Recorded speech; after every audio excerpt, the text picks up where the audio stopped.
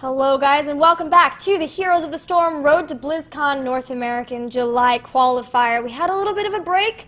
We gave you guys time to grab some dinner before we hop into more games, and a good series is on the way, Anna.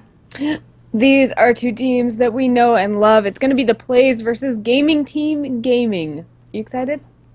I am so excited. We saw Gaming Team Gaming in the last Open. They were one of the teams that we got to follow, and we saw them nearly take down 2ARC in a super close series. It was the closest series that we actually got to cast that time. And of course, we've been watching the PLEYZ be so dominant already. They made it to the round of 8 in the last Road to BlizzCon, and they already are looking super duper super strong here. Yeah, we just casted a best of 3 with them just moments ago. Well, a few moments ago. They took it 2-0. The first game was 10 minutes. Second game was 14 minutes. So very just strong, convincing, aggressive, fast play coming out of the PLEYZ. Plays from the PLEYZ. Har har.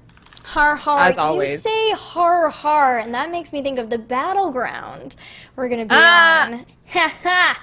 As we are going to be on Blackheart's Bay for the first time today. And I ain't mad about it, Gilly. I'm not going to cry about it. No, you know why? Because it's your favorite. It is, but you know what? It's my favorite, and I've explained this before. It's my favorite because I feel like it allows for such a variety of strategies and forces such cool multitasking.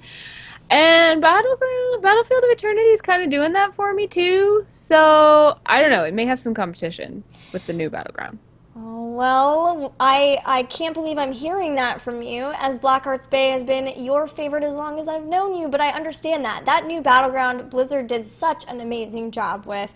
There's so many different things to do. The fights around the Immortals are always so epic. I love the focus on team fighting around those, as there's just so much action to watch, too. There's going to be a lot of action happening on Blackheart's Bay, too, today. Yeah, and I mean, I'm not committing to a new favorite yet. I'm just saying. I'm just saying that it's possible.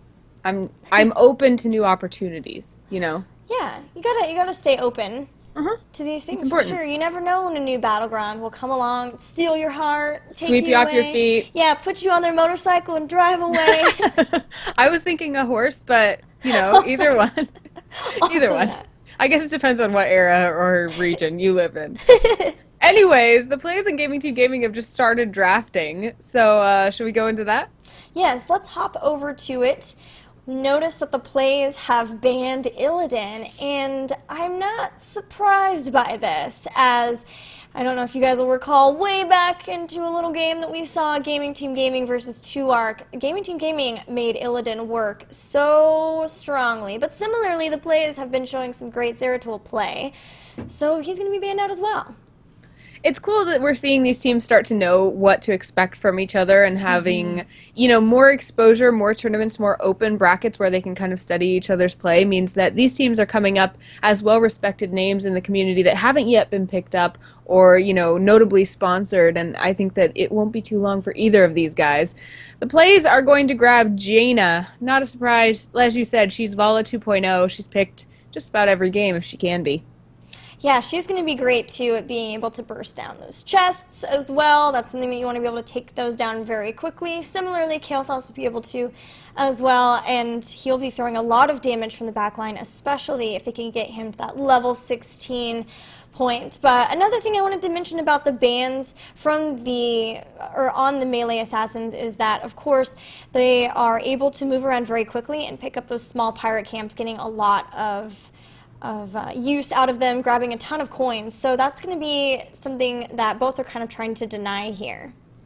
Absolutely. We have a burst of picks. They really know what they want. We had Kael'thas and Muradin. Notably the first time we've seen Kael'thas in a game so far today. And then Boom Boom, Johanna Asmodan. And then Boom Boom Ban, Sylvanas. Yeah, so we've got Johanna Asmodan, which means you don't want to add any extra push potential to that roster. So Sylvanas ban is completely understandable. And we've seen the PLEYZ play Johanna and Asmodan so well already. Something to note about this battleground is that the mid and top lanes are very close together, so it should be pretty easy for them to gain stacks between rotating through those two lanes. They are also, we're going to see Tyrande be banned out here. We've seen Tyrande banned quite a bit today, Anna. We have indeed, and we've also seen her used to great effect, especially for vision, and then also kind of to be this unexpected boon to damage. So definitely the plays are saying they've got Kael'thas. We really don't need them to do any more damage, especially after that big notable bump at level 16. So they're going to ban out Tyrande.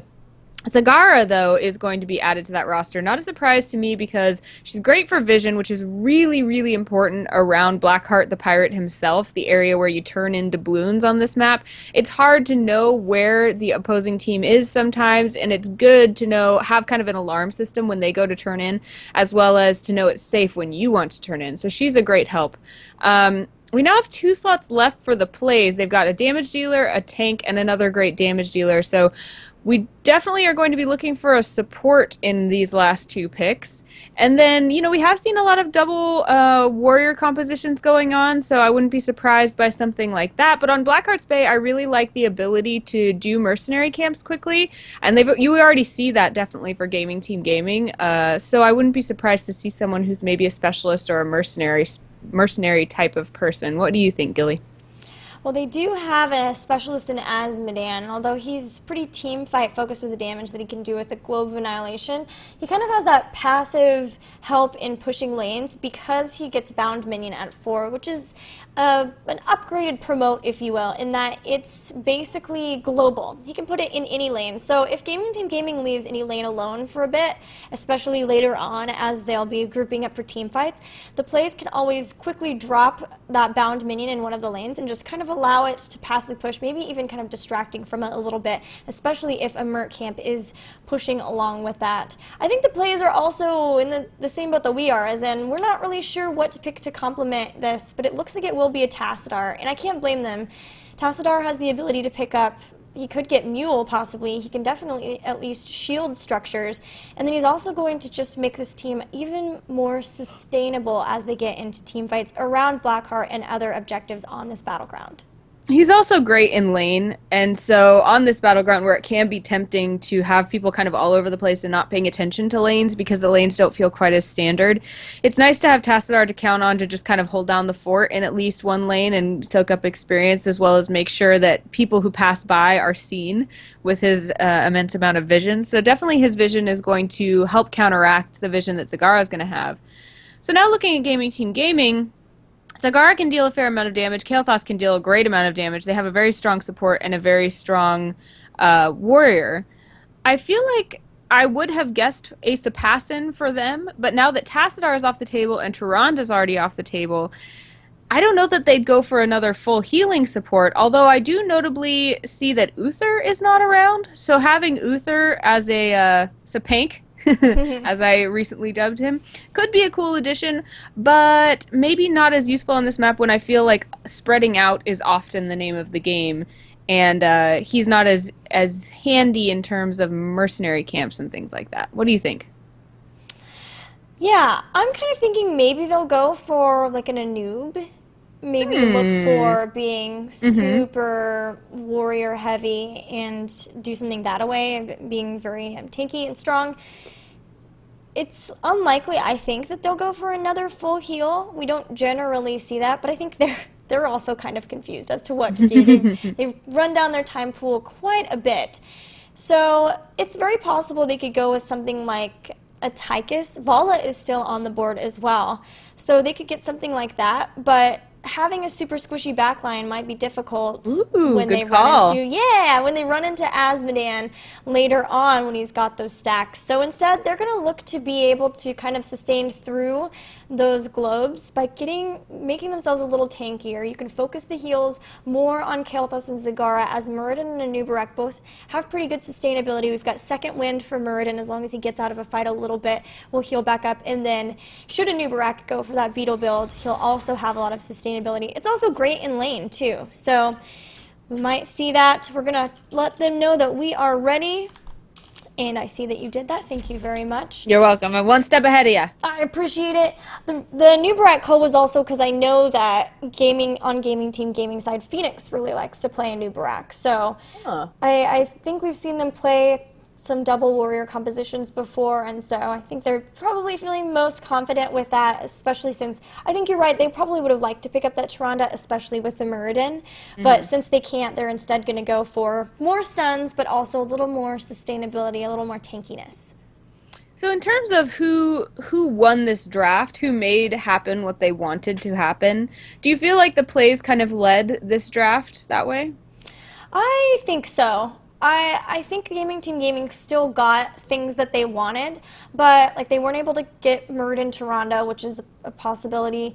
The PLEYZ also definitely wanted to get Johanna Azmodan, and since they did so early as well as Jaina, I think it kind of put Gaming Team Gaming on the back foot as far as what to fill in with. But by no means do I think that they are completely down in the draft. Their draft still looks very strong, and I think it has great potential in this game.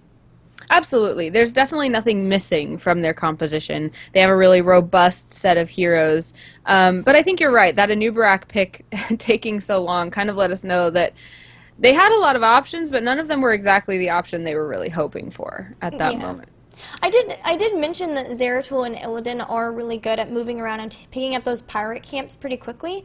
Rhaegar is actually another one of those that's really good at that because of his mobility. So in that sense, Gaming Team Gaming definitely have that covered. They're also going to have a lot of creep, which kind of puts the PLEYZ on the back foot in terms of making sure that they are trying to clean up that creep whenever possible, most likely using that Oracle where they can to take down those creep tumors. But that's still, the vision could definitely go in the way of Gaming Team Gaming, as we've seen several games go that way in terms of Zagara versus Tassadar. Definitely. I'm going to update the stream title to let everyone know what teams are actually playing. In the meantime, do you want to just give a quick explanation of what this map does for those new people that might be joining us? Yeah, I can definitely do that. So those of you who haven't seen Blackheart's Bay before, this is a fun pirate-themed map where Blackheart will spawn in the middle of the map, and you can turn in doubloons to him in order to get him to send cannonballs at your opponent's structures. How do you pick up doubloons? Well, there are 3 different ways. There are pirate camps that spawn throughout the battleground. There are also, they will drop when you take out mercenary camps. And then every once in a while, treasure chests will spawn in the top and the bottom lanes, and those will also give a lot of doubloons. So they'll be looking to pick those up, also looking to turn them in. But let's go ahead and introduce the teams. In the blue, we have the PLEYZ once again with Daihu playing Johanna Pirate Rum on Tassadar, Evan Drinde playing Azmodan. And down in the lower half, we've got Zeus on Jaina and Lex Uther playing Malfurion. And wearing red, we have the newcomers to our stream, Gaming Team Gaming. Fate will be on Rhaegar, Wraith will play Kael'thas, Kunriel will play Anubarak, Phoenix will be on Muradin, and Koto, who just went down, will be on Zagara.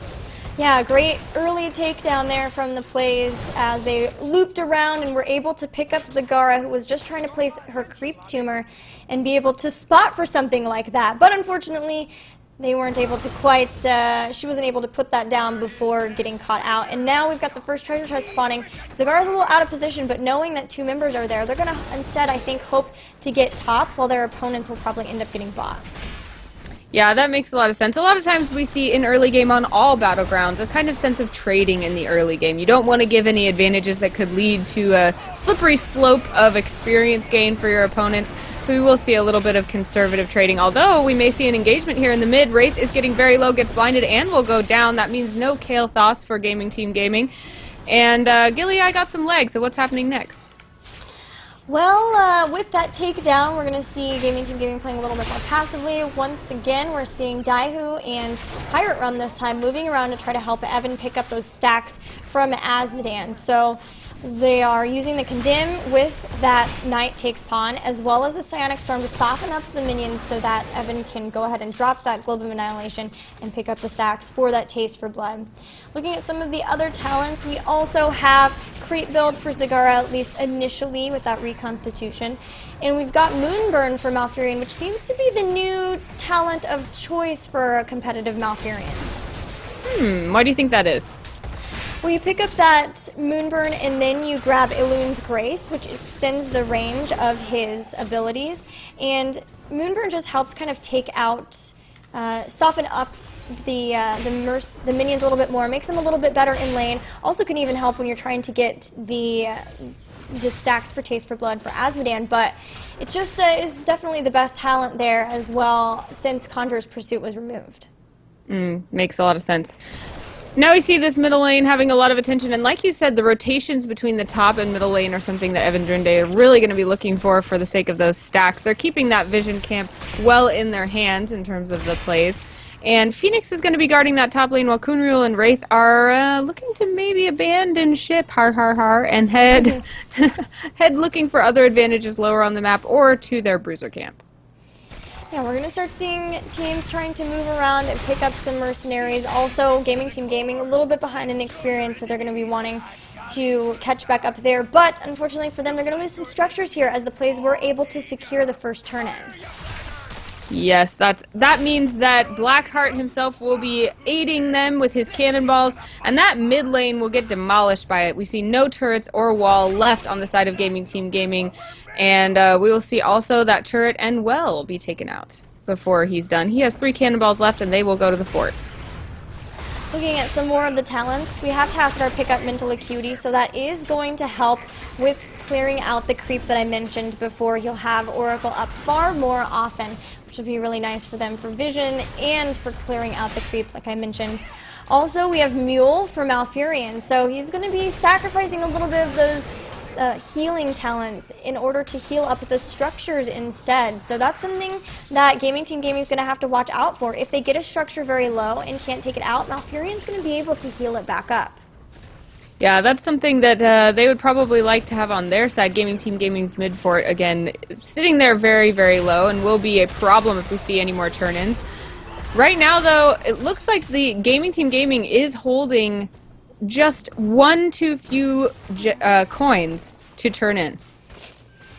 Yeah, they're going to they were trying to take out this tower here as the Mule has started to heal it back up, and we may see them try to take out the Mule at least, but Evan's doing a pretty good job of trying to defend it so it can continue to heal the tower up. Meanwhile, on bottom, a huge push for the PLEYZ. They've got those bottom bruisers. They've also got several members, and it looks like they might be trying to go for this fort here. Oh yeah, and at the same time we have chests spawning, so it looks like Evan Drinde and Daihu will go up against Kunriel and Fate trying to grab those coins but Phoenix will join Team Gaming and will be able to grab all of those from that one, but it looks like the bottom chest went straight over into the hands of the PLEYZ. Yeah, and they're instantly taking it to try to turn it in. I wanted to mention that Zagara has been forced to kind of just sit in bottom lane and play defensively versus a lot of the pushing from the PLEYZ, which means she hasn't really been able to spread creep up to this turn-in point, and as such, they don't really have a lot of vision of it. So even though she did end up getting endless creep, and it should start to kind of rotate up there, so far they haven't been able to stop any of the turn-ins from the PLEYZ. Yeah, that is really important. A lot of her utility revolves around her ability to kind of have that security system in place, if you will. Looks like we will get a turn-in from Fate, and finally that means that Team Gaming will have cannonballs of their own. What kind of destruction is that going to do? Well, it looks like they had about a half health on that wall, so it's going to be fairly equivalent destruction to what was already done to their opponent's Team Gaming in the mid lane. Look at Pirate Rum. He's doing a great job of constantly shielding structures so that it kind of wastes a little bit more of the cannonball structure. And this means that this mid fort is not going to go down. However, Kael'thas is he was trying to pick up some doubloons and got caught out by the PLEYZ. Both teams have picked up their heroic abilities. What did they grab, Anna? Let's find out, Gilly. It looks like Malfurion will take Tranquility, will have Water Elemental, Archon, Blessed Shield, and Black Pool, all of that for the PLEYZ. For Team Gaming, we'll see Ancestral Healing, Phoenix, Web Blast, Devouring Maw, and Avatar. So nothing hugely surprising. I'm liking how much Web Blast we've been seeing, Gilly. Yeah, and I think we'll continue to see the Web Blast versus the Malfurion to try to keep that out. But the PLEYZ still do have Tassadar. While he doesn't really have very much healing, he does have shields to kind of sustain through a fight until Malfurion can get out of that Web Blast. The top fort has gone down on the side of Team Gaming. The PLEYZ are doing a really good job of staying aggressive and constantly staying just slightly ahead of their opponents in terms of experience. Absolutely. And in terms of doubloon gathering, both teams holding on to quite a few, but we haven't had a situation where either team has more coins than they need and then is not allowed to turn in. It looks like we will right now have a highly contested turn-in area, though, as it looks like the PLEYZ did manage to turn in enough for Blackheart this time. And it looks like we might see the Web Bless go down. Yes, it does, right on top of the Tranquility. However, Kael'thas is down. Pirate Realm's getting very low, is going to be able to dimensional shift back out and be safe for now. And Anubarak very far forward there and stunned right in the middle of the PLEYZ will go down. Now the PLEYZ have level 13 talents, and we're seeing Gaming Team Gaming trying to get away here, but the chase is on. Daihu trying really hard to be able to pick them up. A good dunk is going to come out from Azmodan, and a Globe of Annihilation will take out Zagara.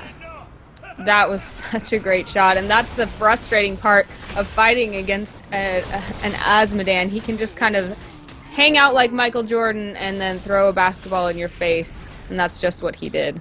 Yeah, his Taste for Blood has 280 stacks, so over halfway now. And it's going to get more and more. I mentioned before, the black pool makes it a lot easier for him, and he can pretty easily just rotate around, put the pool beneath him, and then take out a full set of minions that have pushed. So for now, it's going to focus on taking out those bottom knights. They're going to get more doubloons, and they're going to continue the push that they've been keeping up so well versus Gaming Team Gaming. If we look at the takedowns, we have 0 so far on the side of Gaming Team Gaming. So that's telling me that the composition that they built, which we noted had less damage dealing heroes than one of us may have looked for, it's not quite working out in the teamfight arena. However, we do know that once they hit level 16, Kael'thas is going to become a little bit of a monster. So I think the PLEYZ are doing well to remember that they really want to be well ahead in experience by that point, and they are well into their level 14 while Gaming Team Gaming just now picks up their level 13 talents. Yeah, I mean, the idea with Kael'thas is that you want to get to that level 16, but unfortunately for them, delaying the game is not super in their favor. Their opponents have picked up a mule. Their opponents also have Azmodan, who also gets stronger as the game gets later. So it's not going to be quite as a happy thing for them to get to the later levels as they would like. But they will still have that Kael'thas that with the Ignite, so at least that will help them kind of catch back up, I think, in terms of damage. Right now we've got an engagement going on in the bottom. A great Devouring Maw goes on the Malfurion, who's going to drop the Ice Block, but should not get away as they're going to be taken out. So that's also going to help Gaming Team Gaming a little bit, as they've got a little bit of a power play here, can finally get back out on the map, start taking some advantages where they can. Gaming Team Gaming has exactly 12 doubloons, which means that they could turn in, but the chests are spawning right now, so they have to defensively make sure that their opponents don't grab those doubloons. They're going to put them in their own pockets, and they are pursuing Evan Drinde fairly well, but they get caught underneath these spiky pieces of ice that want to take them down. Kunril now trying to escape, but Anubarak will fall. Fate in his ghost form will have to run away, can't do anything to save Phoenix, but will try, is going to heal him up. So actually, Phoenix is going to survive along with Fate. The Asmo Dunk doesn't do enough to take them down, but they're not going to be able to run in and get that turn in as they wanted, and now they have one too few doubloons to turn in, while their opponents have now gathered 11. Man, that turnaround was insane. The bait from Azmodan was huge. Not only did he stay alive when it really looked like he wouldn't, but on top of that, so much damage came out from that Jaina and Tassadar as well. It was such a great turnaround. Everyone from Gaming Team Gaming was kind of stuck on one of those death bridges that we saw, and because of that, they were able to throw a lot of area of effect damage down and take out 2 members of Gaming Team Gaming, securing those 16 talents, which Gaming Team Gaming do not have. Yeah, they're only a level away, though, so what I would be doing if I were them is focusing on the places where they can gather that experience, be it with a takedown, with a structure, or even in lanes if they have to. But right now they are looking to prevent the PLEYZ from turning in. They're not going to be able to, though, and it looks like they will, in fact, again engage the services of Blackheart. And in the meantime, the PLEYZ are very aggressively deciding to turn. Well, they were going toward the bottom lane, but instead they've changed their mind, which is their right, of course. Yeah, they're turning around a bit. They've got a good push, at least, on the bottom, but the problem has been the mule. So many structures are healthy for the PLEYZ. All of the forts are up. There's even towers in front of one of them as well, and that's a little bit of an issue here, as no forts remain. Not even there's even a keep down on the side of Gaming Team Gaming. So they're going to have to get 16, and then they're going to need to start making things happen with them, because a mule that on their opponent's side and none on theirs is like a ticking time bomb for them. Absolutely. We even saw the keep up here in the top lane taking damage from that last Blackheart's barrage. So now we see Gaming Team Gaming grouped up. They've just hit 16. They need to stay together and make sure no one gets picked off and make sure that they get a favorable engagement this next time. Looks like we have 4 of them moving to the bottom lane, and Kunril is going to clean up here in the mid. Yeah, we're seeing them move down. I think they realize, thanks to the creep, that their opponents are, in fact, in the bottom and picked up those bruisers. But at this point in the game, the players are really content to just grab coins and then not get into an engagement. So they're just constantly moving around, getting stacks for Asmodean. By the way, he's up to 382. Oh my gosh. Looks like they might even be going up to the boss, so they're just going to be rotating really quickly, leaving Gaming Team Gaming to have to deal with the aftermath of that, trying to get bruisers, trying to clear their lanes, trying to catch up. They're going to be dealing with a boss next. It's incredible the speed at which the PLEYZ take care of things. Every time we say, the PLEYZ will be looking to grab doubloons, the PLEYZ will be looking to get this level of talents, and almost as we've said it, they've got it done. They just move so fast, and they have moved fast into this top lane with the boss, pursuing Kunril and Wraith, who are not going to be able to do much. But it looks like as they're joined by their teammates, this may be the time where they're looking for an engagement, as they are at level 16 and their opponents are not yet at level 20. So if they're going to get a good engagement, now would be a good time. Yeah, they really need to make something happen before 20. Unfortunately, they have to deal with this boss at the same time, so they're going to have to be very careful here. They're going to start throwing damage down on the boss. The Globe of Annihilation is going to come in, automatically deals enough damage that Kael'thas has to get the Ancestral Healing to go back up. Web Blast went down, but is already broken out, I believe, as well. Yes, Lex Uther is out of that and completely fine. This boss has now moved through the keep and is moving toward the core now as well. So we're going to see Gaming Team Gaming try to defend this, but it's going to be very hard. The Maw has to go down as they're trying to just get rid of this boss before they get rid of the members of the PLEYZ. This is good priority making, though. They did a great job of zoning and keeping position. They did manage to take that boss down before it diminished the shields on the core, but the PLEYZ are really smart too, and they knew that they didn't really need to get into an engagement there. They knew that they're not 20, they don't have the advantages that they've been enjoying so far, so they're going to back off as soon as that boss goes down. So Gaming Team Gaming did manage to defend, which is great, but they didn't manage to get the kind of engagement they probably needed right now if they wanted to change the momentum of this game in their favor. They're trying to find the members of the PLEYZ right now. They know that they've really got this small window before the PLEYZ are 20, and they want to take advantage of it. And they found them. Phoenix is going to go in, try to grab somebody with a stun. A Stormbolt was not able to do so. Now we've got Johanna in the back line trying to push Wraith, Koto, and Fade Away. Wraith is going to get Ancestral healed back up. The Web Blast is down, but it's almost over. It was on Evan Drinde. He was trying to keep him from being able to throw out those globes, which are now doing so much damage every time he throws them out. And there goes the black pool. It's going to go down and does not hit anybody. And the window is quickly closing, Anna. It sure is. We do have enough coins on both teams that if they were to get a turn in, they could engage the services of Blackheart. And Gaming Team Gaming would really like to do that, but they have the PLEYZ in their way. Both teams are probably going to viciously look to turn in here. And it looks like the Gaming Team Gaming is willing to pursue in order to engage. They've got Johanna in their grasp, but she is certainly hard to kill. Phoenix does go down. She can't go that way. Looks like Lex Uther tried and got very, very low. He's going to have to hang out behind. We do see Tranquility go down, though. It will heal him and Zeus. Kudril is now out of position, getting very, very low. So much is happening. Johanna does finally go down. Phoenix is out in the middle with Pirate Rum, Lex Uther, and Zeus hot on his tail. Fate is being pursued by Evan Drinde, or rather Evan Drinde now is being pursued by Fate. But in the meantime, 3 members of Gaming Team Gaming are down to the 1 of the PLEYZ. Now that's 4.